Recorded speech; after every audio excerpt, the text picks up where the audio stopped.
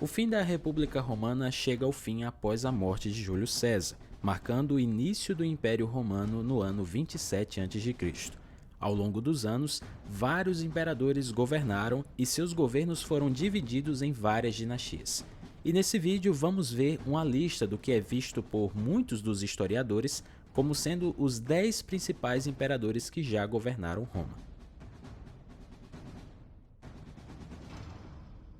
Lembrando que os vídeos sobre a história completa de alguns desses imperadores que vamos ver aqui, você já pode ver na descrição na playlist de imperadores romanos, e dos demais eu vou ficar devendo para vídeos futuros. Em 10º lugar temos Justiniano. Mesmo que o Império Romano do Ocidente já tivesse caído para os bárbaros em 476 d.C., o Império do Oriente teve o último reinado sob o imperador Justiniano, que governou durante 527 a 565 d.C. Em seu reinado, Justiniano procurou reviver a grandeza do império e reconquistar a metade ocidental que havia sido perdida. Seus grandes generais, Belisário e Narses, reconquistaram muitas partes do império, incluindo a própria cidade de Roma. Por causa de suas atividades de restauração, Justiniano é às vezes chamado pelos historiadores de o último romano. Ele ficou conhecido por criar um código de lei unificado chamado de Código Justiniano, que se baseava em uma coleção de leis romanas já usadas. Esse código foi depois tomado como a base de todos os sistemas de direito do mundo ocidental. Justiniano também supervisionou a construção de grandes edifícios em sua capital Constantinopla. Mas então veio um surto devastador de peste bubônica no início da década de 540, que acabou marcando o período irreversível do declínio romano.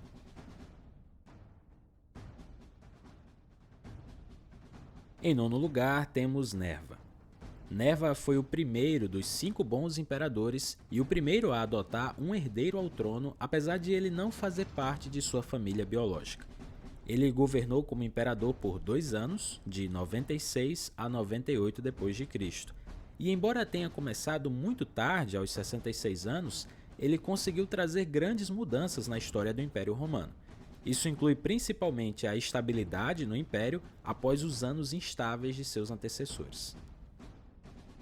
Ele também estabeleceu as bases para uma era de ouro para Roma e trabalhou na improvisação do sistema de transporte, além de construir celeiros que melhoraram o fornecimento de alimentos para toda Roma. Além disso, ele fez questão de manter o império sob boas mãos mesmo após a sua morte, nomeando Trajano como seu novo herdeiro. Em 8º lugar, Antonino Pio. Filho adotivo e sucessor do imperador Adriano, Antonino Pio governou o Império Romano de 138 a 161 d.C. Seu primeiro ato como imperador foi conceder honras a seu pai adotivo Adriano, e, como parte do acordo, Antonino adotou o futuro imperador Marco Aurélio. Ele foi um dos governantes mais pacíficos da história do Império Romano, sendo que não há registros de qualquer ação militar significativa durante o seu reinado. Antonino construiu templos, teatros, promoveu a arte e ciência romana e concedeu honras e recompensas financeiras aos professores de retórica e filosofia. Ele também se diferenciou entre os imperadores porque lidou com as crises do império sem ter que deixar a Itália uma única vez. E esse estilo de governo foi muito elogiado pelos seus contemporâneos e também pelos historiadores. Em 7º lugar, Vespasiano. O reinado de Vespasiano durou de 69 a 79 d.C., e foi ele que fundou a dinastia Flaviana, que governaria o Império Romano por 27 anos. Seu governo começou durante um dos momentos mais conturbados da história romana, quando os romanos estavam se recuperando dos governos ruins dos imperadores Nero e Calígula, e uma guerra civil que fez com que 4 imperadores subissem ao poder em um único ano. Sendo um general competente que já havia provado a sua coragem no campo de batalha, Vespasiano recebeu a tarefa de trazer equilíbrio a Roma. Durante o seu reinado, muito dinheiro foi gasto em obras públicas, bem como na restauração e embelezamento de Roma. Ele iniciou a construção do Templo da Paz e de uma série de banhos públicos e uma das estruturas mais majestosas da Roma Antiga, o Coliseu. Mas, quando a arena foi concluída, Vespasiano já estava morto.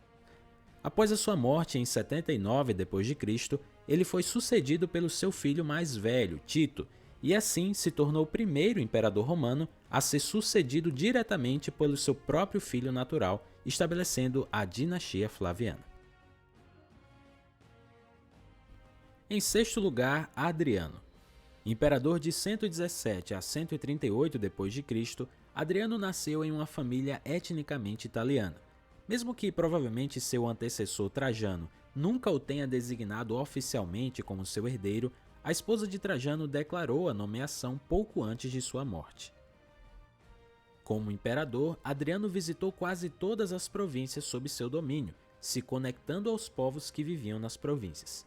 Por ser um grande admirador da Grécia, ele procurou trazer a arquitetura grega de volta à sua antiga glória. Ele reconstruiu o Panteão e construiu o Templo de Vênus. Ele também construiu a Muralha de Adriano, que marcava o limite norte da Britânia. Adriano passou uma boa parte do seu tempo com o exército, seja vestindo trajes militares e também passando tempo com os soldados. Manter um exército alerta era um grande desafio, então ele disparava alarmes falsos às vezes para testar o treinamento, o exercício e a resposta do seu exército a uma crise repentina. Mas, apesar de sua reputação como um eficiente administrador militar, seu reinado foi marcado por não haver grandes conflitos, tirando a Segunda Guerra Romano-Judaica. Em quinto lugar, Cláudio. Um dos primeiros imperadores romanos a nascer fora da Itália, seu reinado durou de 41 a 54 d.C. Ele era filho de Druso e Antônia a Jovem, mas por ser manco e levemente surdo, ele foi excluído por sua família de qualquer cargo público até o seu consulado. Mas, por acaso, isso também salvou ele de ter o mesmo destino de Tibério e Calígula, até porque os inimigos dos imperadores nunca o viram como sendo uma ameaça séria. O seu governo foi visto como sendo vulnerável aos olhos da nobreza e do Senado, e eles se opuseram completamente à sua ascensão ao trono, mas ele obteve o maior apoio dos militares. Cláudio era uma mistura de várias características. Ele era distraído e hesitante, mas ao mesmo tempo determinado, intuitivo e cruel. Ele era dominado por sua esposa e por sua equipe pessoal, mas apesar de tudo isso e de sua evidente falta de experiência, Cláudio mostrou ser um administrador eficiente. Ele também era um construtor ambicioso, sendo que construiu muitas estradas novas, aquedutos e canais em todo o Império. Durante seu reinado, o Império começou a conquistar a Britânia. Além disso, ele gostava muito de direito e por isso chegou a presidir julgamentos públicos e a emitir até 20 editais por dia. Em quarto lugar, Tibério. Tibério era filho de Lívia Drusila, que mais tarde se casou com Augusto em 39 a.C., fazendo de Tibério o enteado de Augusto. Mais tarde ele foi adotado por Augusto como seu herdeiro, e foi quando ele assumiu o nome de Tibério Júlio César, um nome que os imperadores depois dele também adotariam. Tibério foi um dos maiores generais de Roma, conquistando a Panônia, Dalmácia, Récia e pelo menos por um tempo partes da Germânia. Mas ele muitas vezes é lembrado como sendo um governante sombrio que nunca quis realmente ser imperador. Apesar dessa imagem negativa, Tibério deixou o tesouro imperial com quase 3 bilhões de sestércios após a sua morte. Em vez de passar a realizar conquistas que iriam trazer muito prejuízo à economia, ele decidiu construir bases adicionais e usar a diplomacia ao invés do conflito. Todos esses passos valeram a pena quando Roma se tornou um império mais forte e consolidado. Em terceiro lugar, Marco Aurélio. Considerado o último dos 5 bons imperadores e um filósofo estoico, Marco Aurélio governou o Império Romano de 161 a 180 d.C. Durante seu governo, o Império Romano derrotou o Império Parta no leste e, na Europa Central, ele venceu os Marcomanos e os Quados nas Guerras Marcomanas. Nesse período também houve uma revolta no leste do Império liderada pelo general romano Avídio Cássio, que poderia ter causado sérios problemas se tivesse ganhado impulso, mas Marco Aurélio conseguiu suprimir essa revolta imediatamente.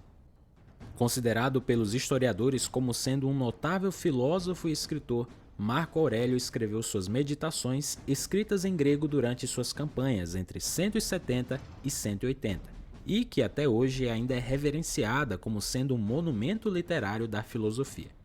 Ele adquiriu a reputação de rei filósofo durante a sua vida, e o título permaneceu após a sua morte, quando ele ficou conhecido como o filósofo. Em segundo lugar, Trajano. Sendo declarado pelo Senado romano como sendo o Optimus Princeps, ou o melhor governante, Trajano governou Roma de 98 até a sua morte em 117 d.C. Ele é um dos imperadores mais destacados de Roma e, sob seu governo, o império atingiu seu auge.